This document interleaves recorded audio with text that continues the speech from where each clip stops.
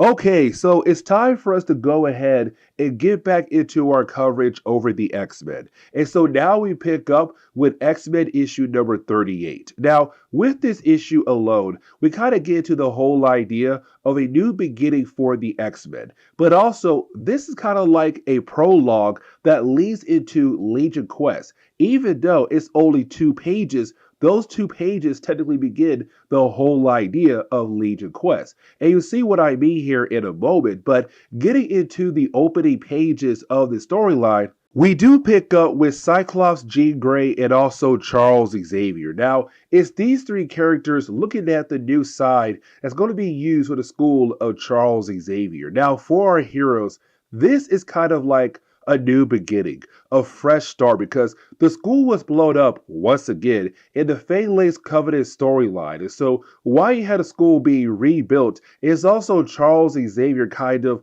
looking into the future for the X-Men and all the different X teams. Now, let's not forget that for Charles Xavier, he'll have a new school opening up where Emma Frost School was last at in the early days of the X-Men world, because now that school right there is going to be used to teach the younger mutants, while his school is more of, let's go ahead and focus more on the older mutants like Cyclops, Jean Grey, Storm, and Wolverine. Now, with all that being said, for Charles Xavier, it's kind of like, okay, you know what? I am somewhat positive about this new future, this new beginning, and hopefully everything will work out for us.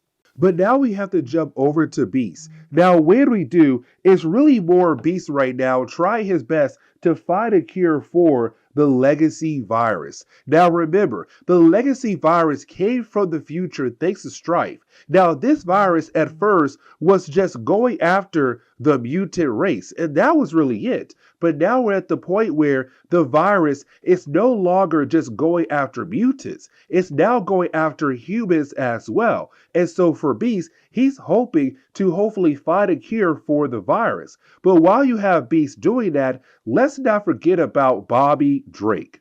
Because remember, for Bobby, there was a storyline where you had Emma Frost be able to go into the body of Bobby Drake. And when she did, she realized that Iceman is really powerful, like super, super powerful. The problem is that Bobby has been unable to tap into his full potential. And so that right there really does bother him a lot. And so right now, he's kind of just looking for a friend to talk to, and that friend would be Beast. But unfortunately, Beast is too busy trying his best to find a cure for the legacy virus. Now we have to jump over to Rogue. Technically, it's Rogue and also Bobby Drake at the pool. Now, guys, is Rogue just trying her best to relax? But unfortunately, you have Bobby try to, well, prank her. Not try, he actually does prank her. And so when he does prank her, she gets very upset. Now for Rogue, this is her kind of saying what everyone else has been saying at the school at this time. Like, yes, Bobby, we understand that you are going through a lot. The whole idea that you have the ability to be a powerful character, but unfortunately, you have no idea how to tap into that power. It's honestly pretty bad. But at the same time, at least you have the ability to control your powers. It's Rogue saying, like, you may be in a very tight spot right now, but at least you still have the ability to learn how to use your powers. I can't control my powers at all. Now, once you have Rogue be done going on this rant, it's also Bobby saying, listen, we also realize that you and Gambit are going through a lot at the moment. Now, yes, that is technically true for a lot of different reasons, but the problem is neither character is able to talk to one another about their problems.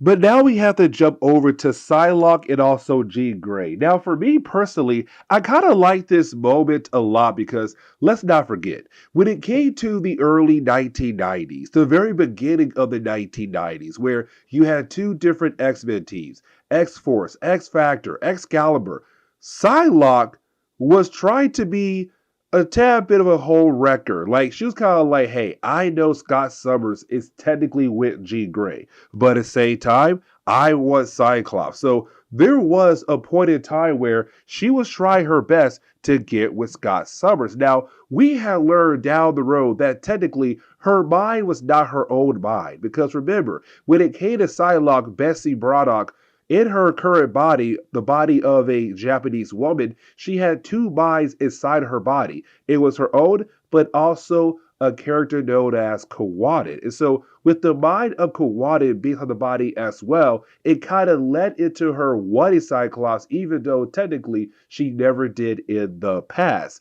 Now, with our heroes being able to work everything out, is Psylocke saying, like, hey, listen, my bad for trying to go after your man. And I'm kind of hoping that you and I can have the ability to kind of be like sisters, work things out, and be great friends. And so for Jean Grey, she's like, you know what? Yeah, you know what? A fresh start, a new beginning. Let's go. And for Scott Summers, when he walks into the danger room, he has no idea that both girls are now becoming like best friends, which honestly means more trouble for him down the road. But now we have to jump over to Cyclops. Now, when we do, it's really more of Cyclops in the danger room with Sabretooth. Now, around this time in Marvel Comics, when it came to the X-Men, really Charles Xavier, his main goal was to hopefully cure the mind of Sabretooth, to make him a better person, which honestly is pretty wild. But either way, while trying to do that, you now have Cyclops kind of giving Sabretooth a danger room session. But did Gambit walk into the room? Now, when he does, you have Gambit give Cyclops some kind of lame excuse to have Scott leave the room. And the reason why, because for Gambit, once you have Cyclops gone, he did brings up the difficulty in the danger room session for Sabretooth. And so for Sabretooth, he's kind of wondering, what in the world is going on here? Why are you guys trying to overwork me? But let's not forget, there's some bad blood between Sabretooth and also Gambit.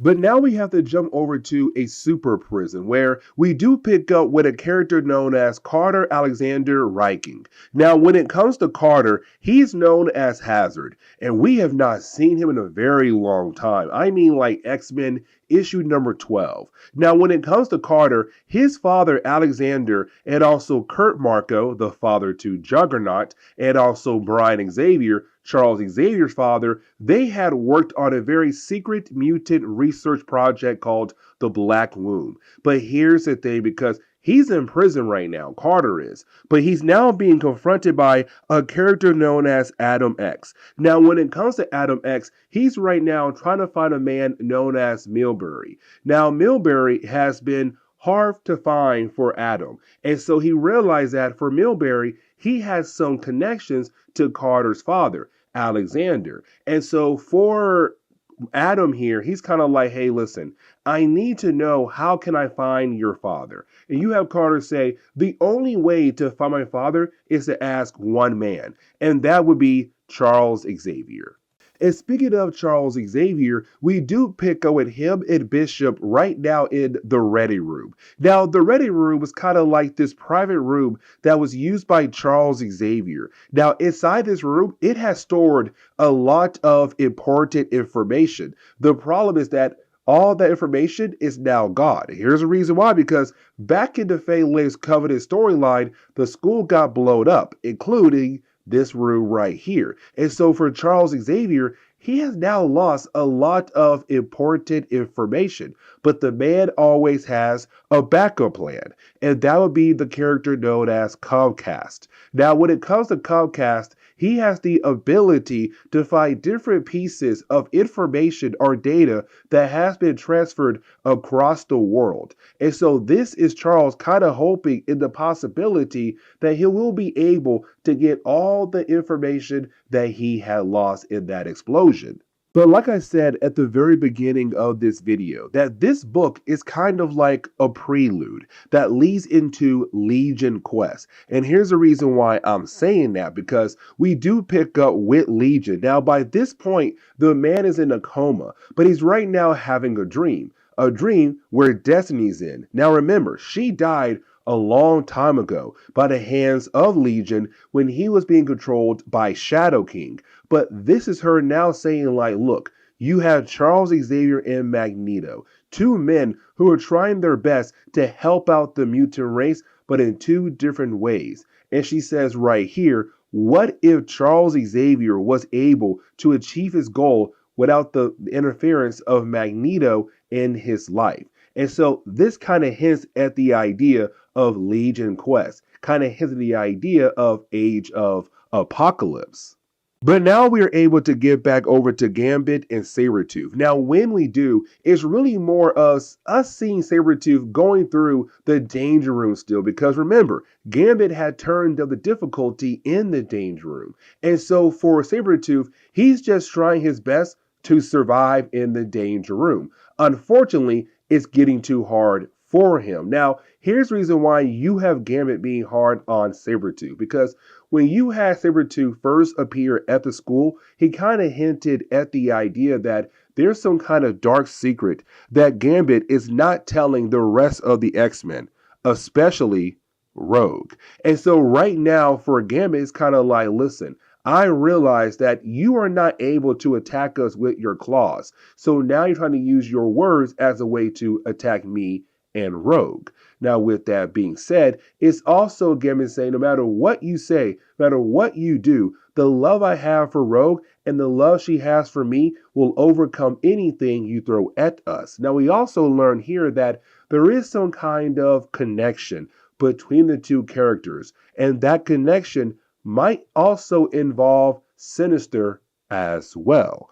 Now, with all that being said, you have Rogue walk into the room, and we kind of find out that she heard everything that Gambit said, and then she walks away. But before she does, she kind of hints at the idea that the two of them need to sit down to hopefully work things out between them. Now, the ending of the storyline is really a great moment for Iceman. And the reason why, because you have Iceman finally being able to get Beast out of the lab. Because Beast realized, like, you know what? I have been working on this legacy virus for weeks. You know what? It will not hurt me to spend some time with my best friend, who right now needs somebody in his corner. And I kind of love that for Iceman a lot. So once again to the epilogue, it's really more of once again picking up with Cyclops, Jean Grey, and also Charles Xavier, kind of hoping in the idea that they will be able to reach the goals they're trying to achieve. But once they do reach that goal, then what's next for them? Like different jobs? What else could be out there for them? But this is where we're going to end today's comic book video. So please leave me a like down below and subscribe. But guys, see y'all next time. Later.